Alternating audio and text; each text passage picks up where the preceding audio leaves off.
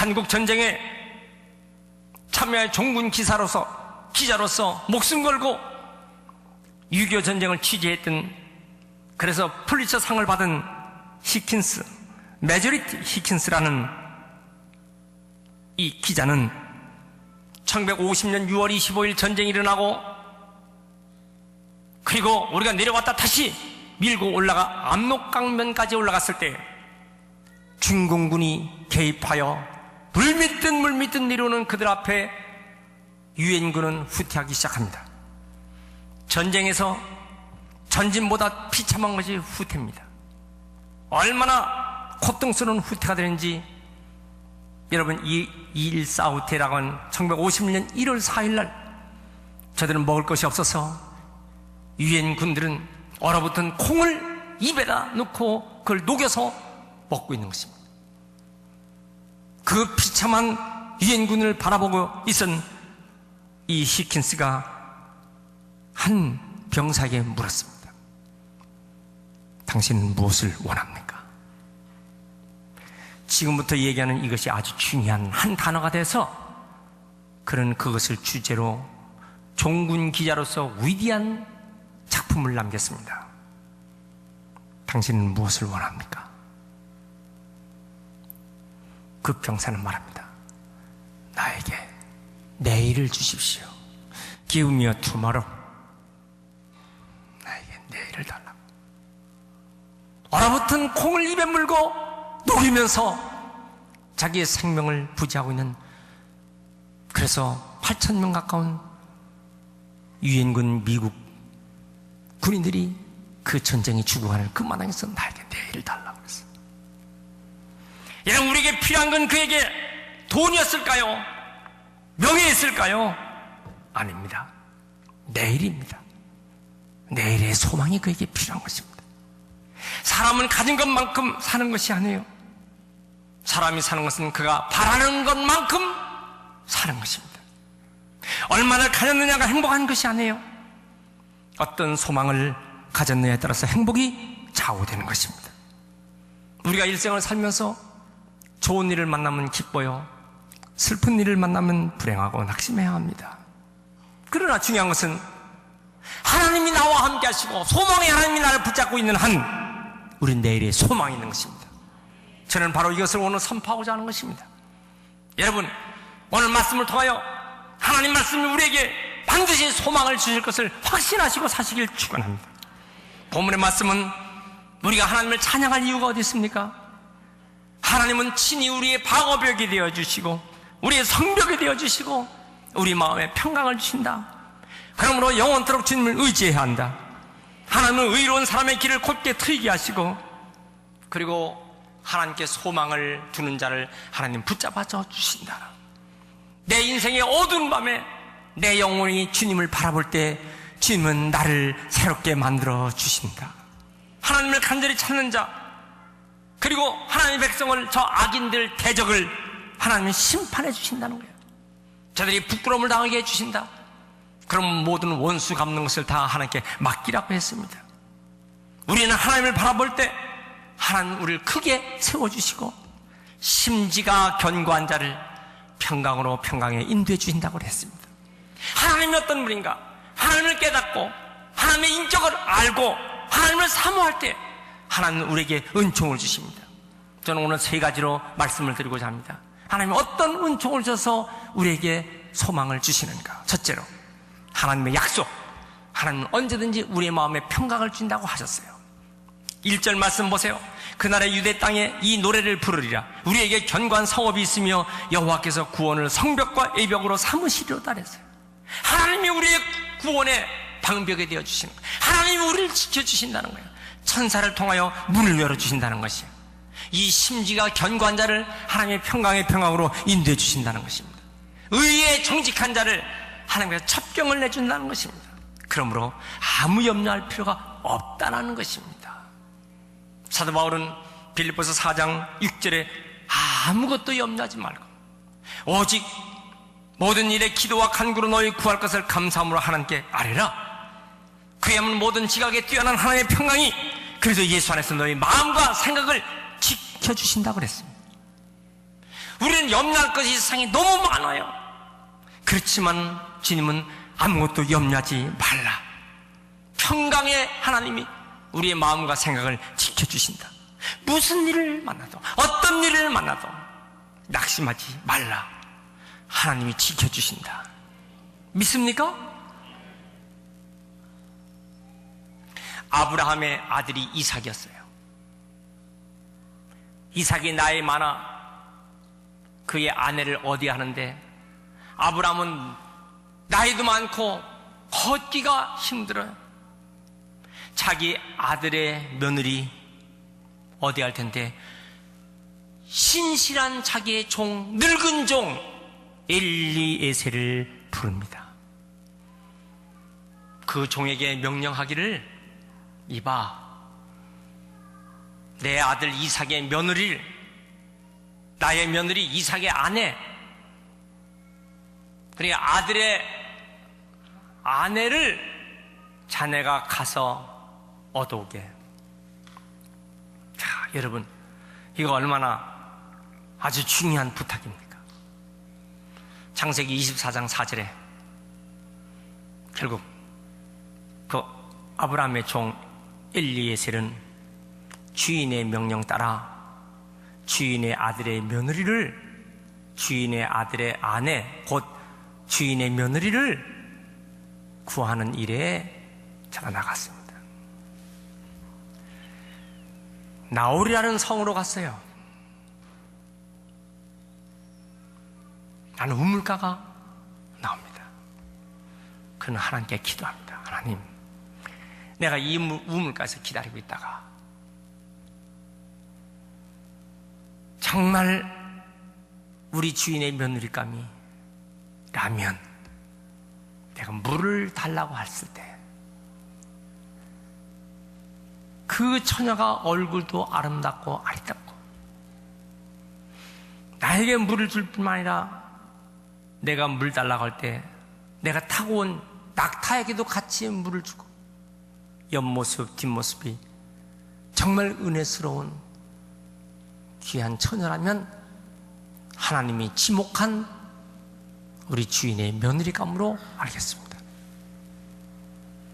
창세기 24장 14절 보면요, 드디어 한 처녀가 나옵니다. 물을 달라고 합니다. 그 처녀는 바가지로 물을 떠주는 것뿐만 아니라 낙타에게도 물을 주고, 그때 그 모습이 얼마나 한끗 웃는 모습, 앞모습도 옆모습도 됐구나, 하나님이 지정해 주셨구나. 결국 그 처녀 리브가를 주인의 며느리로 삼게 됩니다. 우리는 어떤 일을 할 때 내가 정해놓고 내가 이렇게 해야지, 내 목표를 정해놓고, 이거 위험합니다. 하나님 나에게 평강을 주옵소서. 하나님 나에게 평강한 길로 인도하여 주옵소서. 이것이 중요한 것입니다. 내 생각, 내 의지, 이것이 안 되면 절대 안 된다.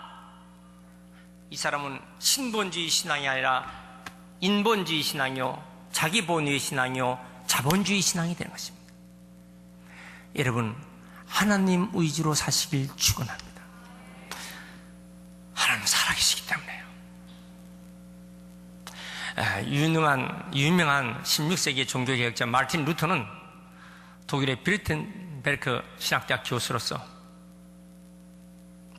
이게 로마 카톨릭에서 하는 이 일이 성경적이 아니다, 지금 천주교에서 하고 있는 일이 이것이 성경적이 아니다, 그 말이에요.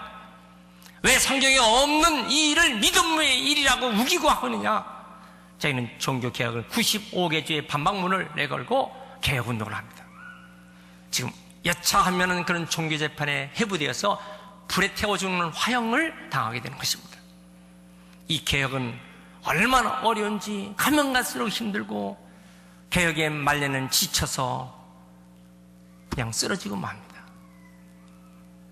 문틈으로 쓰러져 있는 자기 남편을 바라보는 아내가 지혜로운 모습을 갖습니다. 갑자기 방에서 상복을 입고 나왔어요. 우리나라 상복은 하얀 옷이지만 유럽의 상복은 독일에서는 새카만 옷을 입습니다. 그리고 슬픈 표정을 하고 나오니까 이봐, 누가 돌아가셨나? 누가 죽었어? 아내가 하는 말, 하나님이 죽었습니다.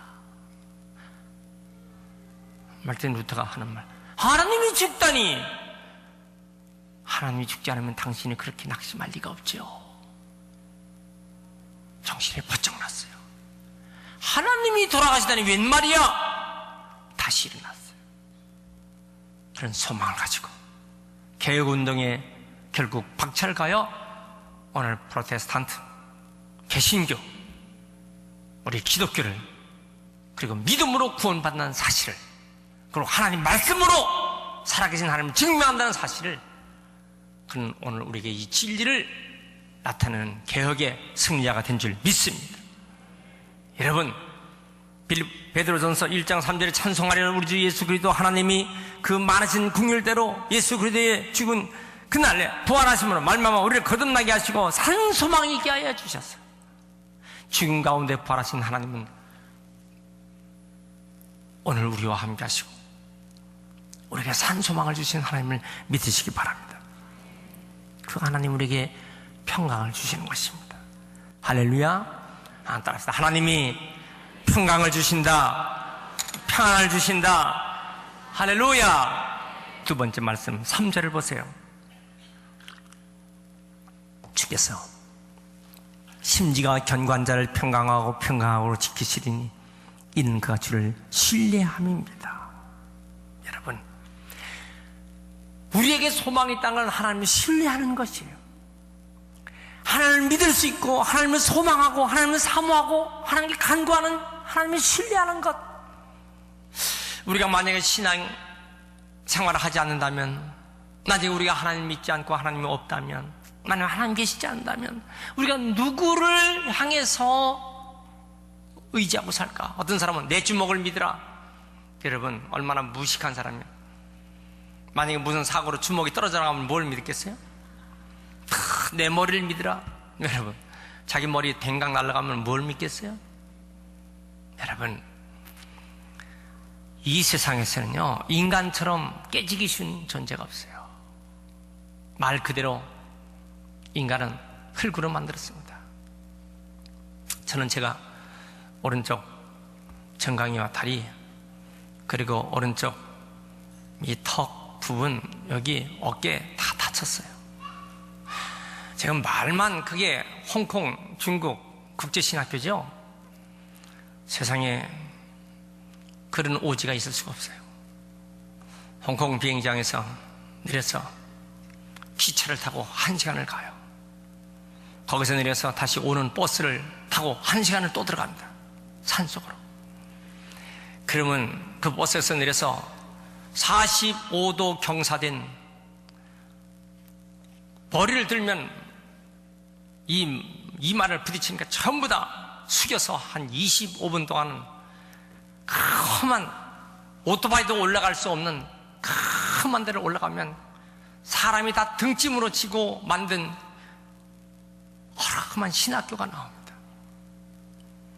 그 신학교에 중국 25 성과 도시에서 모인 한 사람이 700명씩 지하교회에서 복음을 전하면서 그런 교회를 몇 개씩 갖고 있는 저들이 오직 바른 신학을 공부해서 지도자가 되기 위한 그 신학교로 닷새 동안 열차를 타고 오는 것입니다. 엉덩이가 다 물집이 생길 정도로 저들이 와서 그곳에 모여서 2주 동안을 신학교육을 하고 다시 파송되는 것입니다. 얼마나 험한 길이에요. 거기서 제 아내가 굴러 떨어졌어요.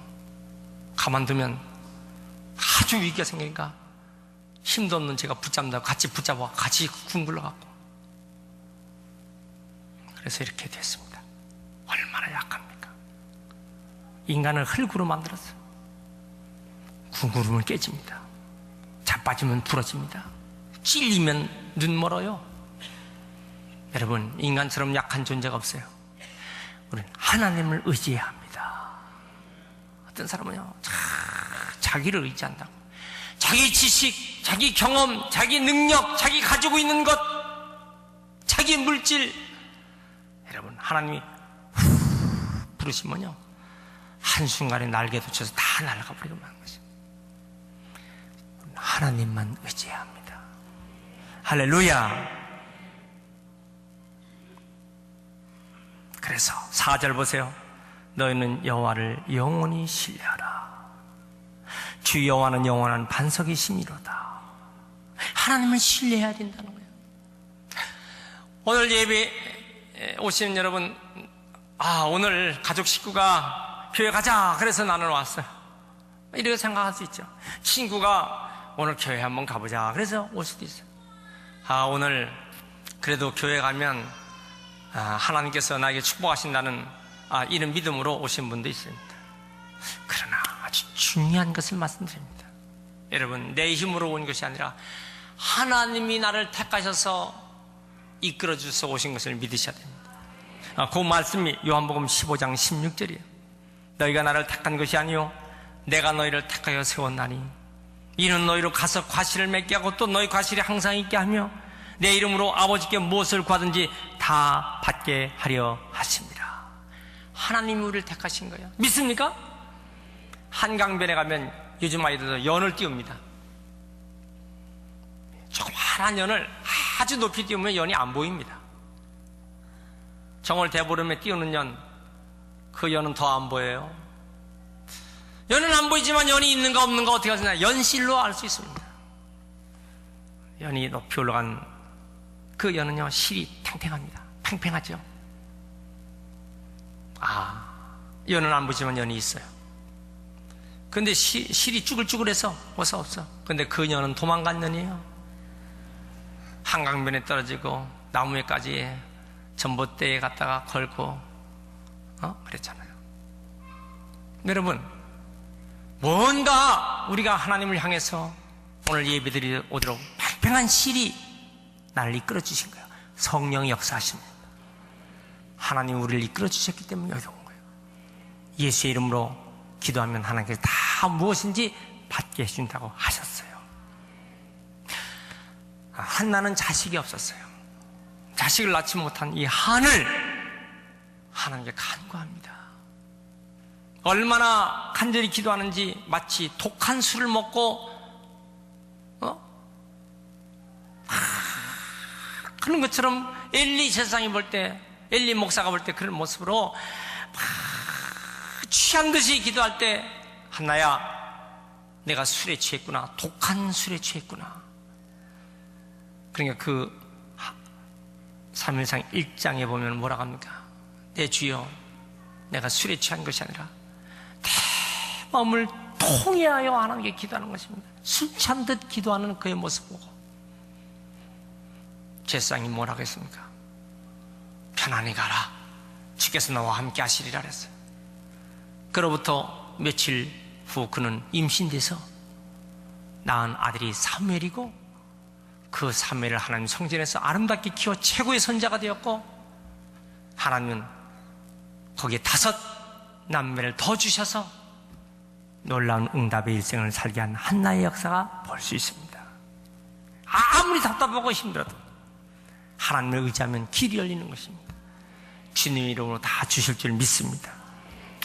어떤 사람이 억울하게 누명을 쓰고 감방에 들어갔습니다. 깊은 지하 감방, 그 창문에서 비치는 한 줄기 빛만 잠깐 몇 시간 동안 비치고 빛이 없는 그곳에 갇혀 있을 때 가족도 친구도 점차 자기를 외면하기 시작합니다. 난 이제 소망이 없다. 아무도 나를 돌아보는 사람이 없다. 그는 희미한 햇빛을 받을 때 벽에다가 낙서를 했습니다. 신은 죽었다. 나를 돕는 자 아무도 없다. 그런데